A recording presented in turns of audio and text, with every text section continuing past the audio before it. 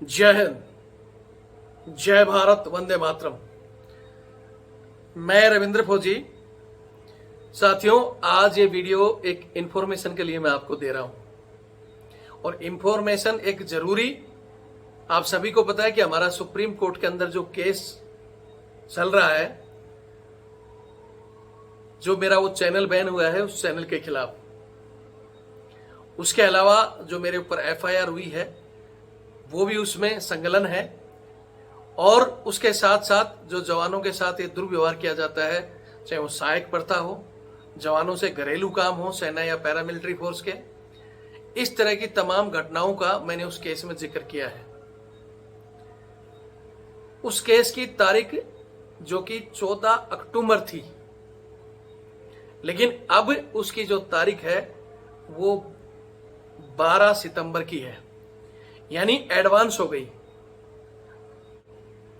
तो ये मैं एक भगवान का शुक्रगुजार हूं कि जब भी हम मुसीबत में होते हैं तो भगवान मेरा हमेशा साथ देता है।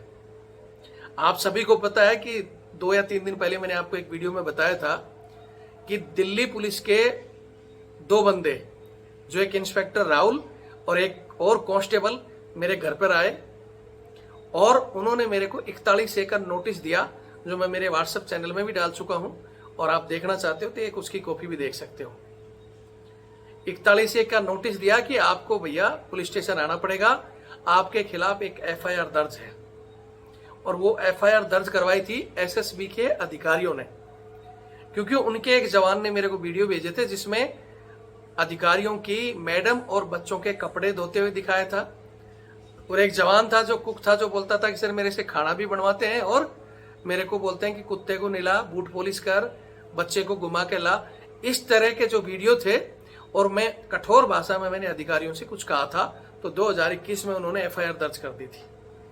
अब वो पुलिस वाले मेरे घर पर आए तो मैंने उनको काफी रिक्वेस्ट की थी कि भाई मेरा 14 अक्टूबर का केस है और मैं बार बार दिल्ली जाऊंगा तो मैं 14 अक्टूबर को ही आ जाऊंगा। जब आपको 4 साल में कोई प्रॉब्लम नहीं आई तो फिर आप 1 महीने में क्या आ जाएगी। लेकिन वो नहीं माने। और ये कहीं ना कहीं कुछ ऐसे अधिकारी जिनकी अलग कोई या तो रणनीति चल रही है।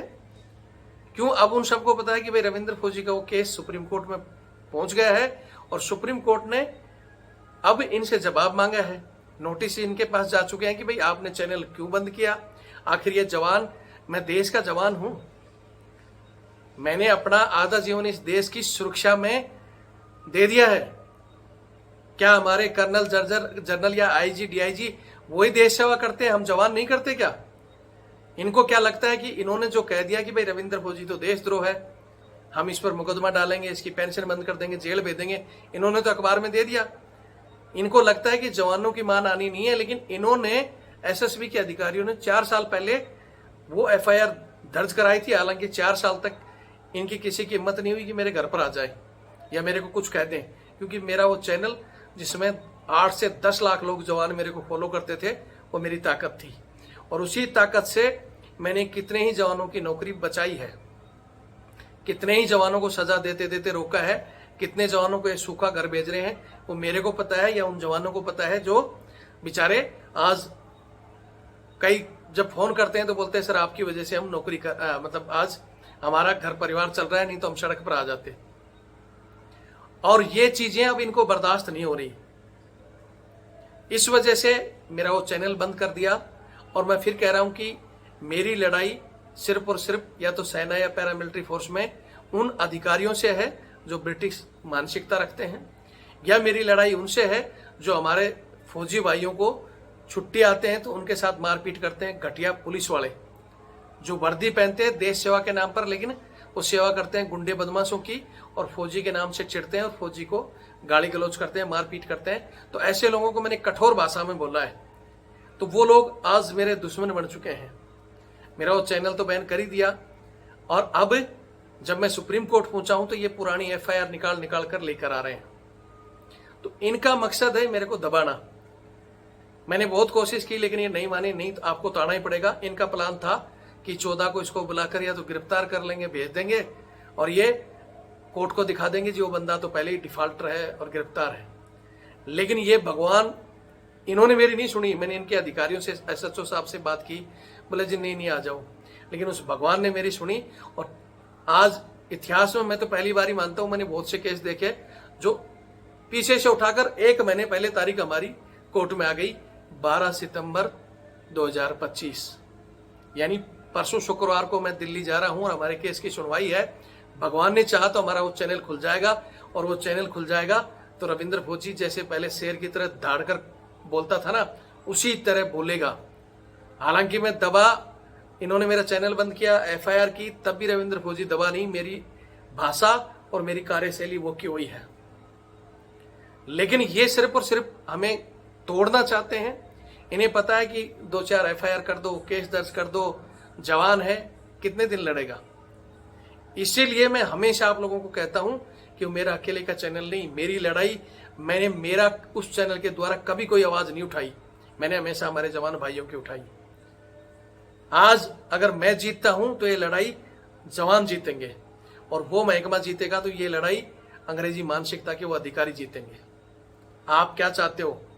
अगर आप चाहते हो कि लड़ाई में हम जीतें तो इस समय मेरा सपोर्ट करो। क्यों? इनके सामने सच्चाई से मैं नहीं हार सकता। भगवान हमारे साथ है, लेकिन भगवान कहता है कि भाई हम तुम्हारा साथ तो दे रहे हैं, लेकिन तुम कुछ अपना भी कर्म करो।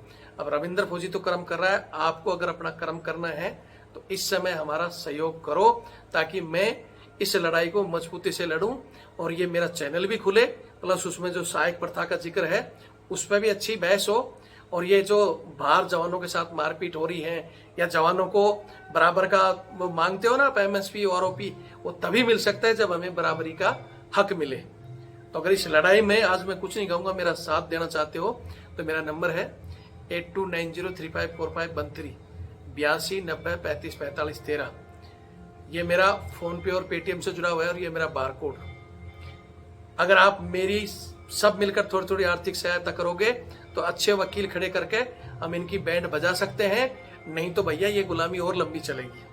आप कहते हो सहायक प्रथा बंद करो, सर चैनल क्यों नहीं खुल रहा हमारा, हम आपके साथ हैं, तो हम आपके साथ हैं, वास्तव में साथ हैं, तो मदद करें।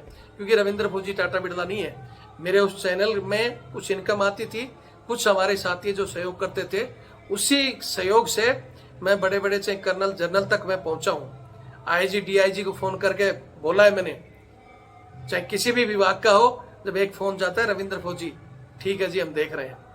और मैंने खुलेआम, नहीं माने जो पहले बात की है, जब नहीं मानता है तब मैं वो वीडियो डालता हूं, फिर पब्लिक में वायरल होता है, तब ये बोलते हैं कि आज ही कर देंगे।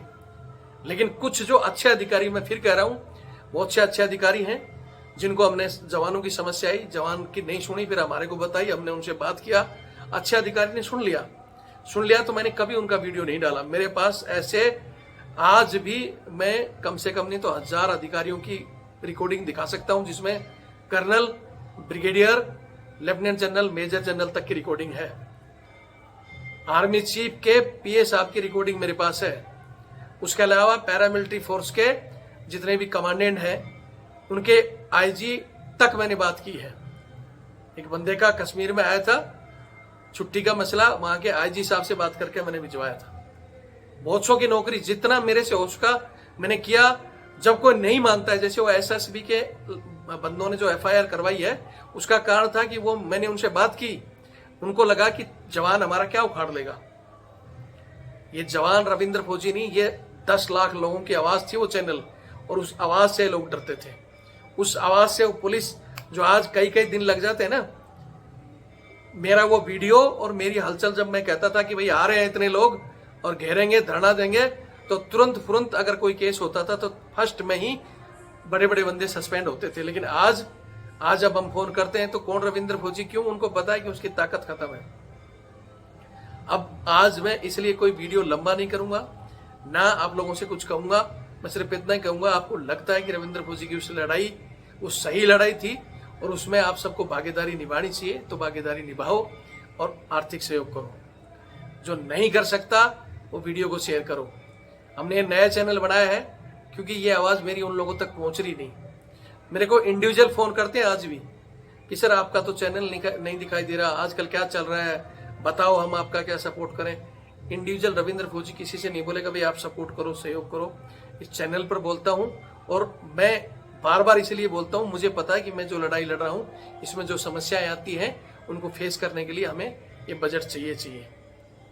जो बहुत से लोग कहते हैं ना, पहली बात तो बजट का नाम से वीडियो छोड़ देते हैं। बहुत से लोग सर जय हिंद हम आपके साथ हैं, वो करते ही नहीं है। आप नहीं करोगे तो ये समस्या यूं ही कई सालों तक चलती रहेगी। हालांकि आज आपको पता है मैं कहीं बाहर था, बहुत से लोगों ने मेरे को कॉल किया था, तो मेरा कोई ट्रीटमेंट की वजह से मैंने वो मास्क लगा रखा था, इस वजह से आज मैंने दिन भर लोगों के फोन नहीं उठाए और आज भी मैं सभी में पहुंचा ही हूँ। कल एक और वीडियो इसके लिए स्पेशल बनाऊंगा। हमारे पास बचा है कल और परसों 3 दिन का टाइम है, यानी आज 9 हो चुकी है, 10, 11 और 12 को मेरा वो फाइनल केस है। हो सकता है भगवान ने चाहा तो इसी में फाइनल हो जाएगा हमारा, अगर सरकार की तरफ से बहस करने आए तो। नहीं आते हैं, आगे डेट जाती है, तो मैंने तो भगवान पर छोड़ रखा है। लेकिन मैं फिर कह रहा हूं कि वकील कहते हैं कि भगवान के साथ साथ भैया फीस भी दो ताकि हम वकील खड़ा करें और वो बहस वहां तक पहुंच सके। अगर ये बहस तकड़ी होगी तो हमारे बहुत से मुद्दे हल हो सकते हैं, और नहीं तो फिर भगवान के ऊपर है। अगर आपको भी लगता है कि ठीक है जी उसी के ऊपर छोड़ दो, कुछ मत करो, तो मैं तो मेरे 100% जो मेरे पास है वो मैं कर ही रहा हूं। बाकी वीडियो देखें और शेयर करें। जय हिंद, जय भारत, वंदे मातरम।